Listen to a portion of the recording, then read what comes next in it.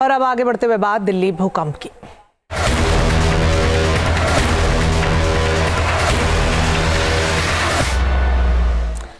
भूकंप के तेज झटके से कल दिल्ली की धरती हिल गई। रिक्टर स्केल पर भूकंप की तीव्रता 4 रही। भूकंप के दौरान जमीन के भीतर से तेज गड़गड़ाहट की आवाज सुनाई गई, जिससे लोगों में दहशत फैल गई। सवाल यह है कि भूकंप के लिहाज से बेहद संवेदनशील है क्या दिल्ली, और क्या यह भूकंप मात्र एक ट्रेलर था? देखिए रिपोर्ट।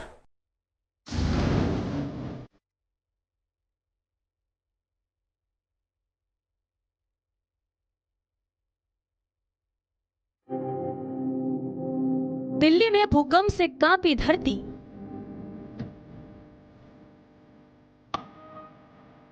भूकंप से हिलने लगी ऊंची ऊंची इमारतें।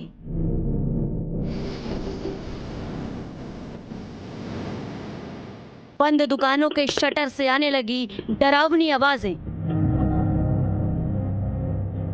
सड़कों पर पार्किंग में खड़ी गाड़ियों के बजने लगे हॉर्न।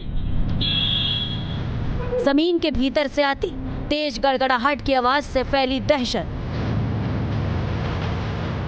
भूकंप की तीव्रता 4.0 थी, लेकिन असर इतना जोरदार था कि कुछ सेकंड तक मकानों के अंदर कंपन महसूस किए गए। तड़के 5:36 पर भूकंप आया। ये वो वक्त था जब दिल्ली के ज्यादातर लोग घरों में सो रहे थे। उनकी आंखें तेज झटकों से खुली। बेड, पंखा, झूमर सब हिलते देख लोगों के होश उड़ गए। तगड़ा झटका था। हमें ऐसा लगा जैसे ट्रेन चल रही हो ना, धरती ऐसे हिल रही बहुत तेज, धड़ाधड़ धड़ाधड़, मतलब कि जैसे कुछ धरती फटने वाली है। बहुत तगड़ा झटका था। इससे पहले इतना तगड़ा झटका महसूस किया गया कभी आपने? ऐसा कभी नहीं हुआ, आज पहली बार ऐसी 4:30 साढ़े 5 बजे करीब की बात है। भूकंप के तेज झटकों के कारण दिल्ली, नोएडा, ग्रेटर नोएडा और गाजियाबाद में ऊंची इमारतों में रहने वाले लोग अपने घरों से बाहर निकल आए। भूकंप के दौरान जमीन के भीतर तेज गड़गड़ाहट की आवाज भी सुनी गई। इन वीडियो को देखकर समझा जा सकता है कि सुबह सुबह आया भूकंप कितना डरावना रहा होगा।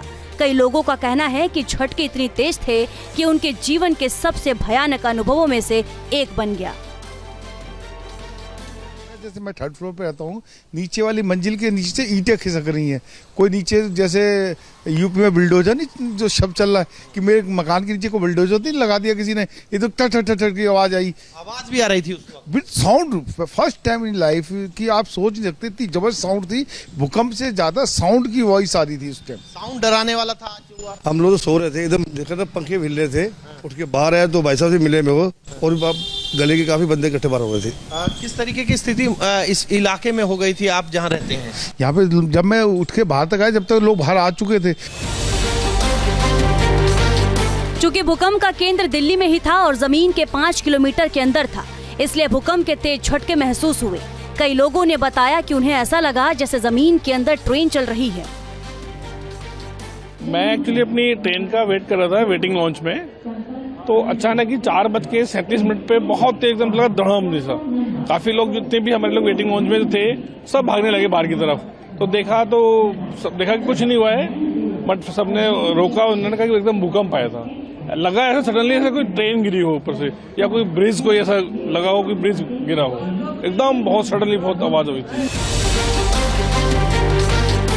भूकंप की तीव्रता ज्यादा नहीं थी, लेकिन इसका असर ज्यादा था। आखिर क्यों? सुबह सुबह आए भूकंप के बाद एक बार फिर सवाल पूछा जा रहा है कि आखिर दिल्ली पर कितना बड़ा खतरा मंडरा रहा है।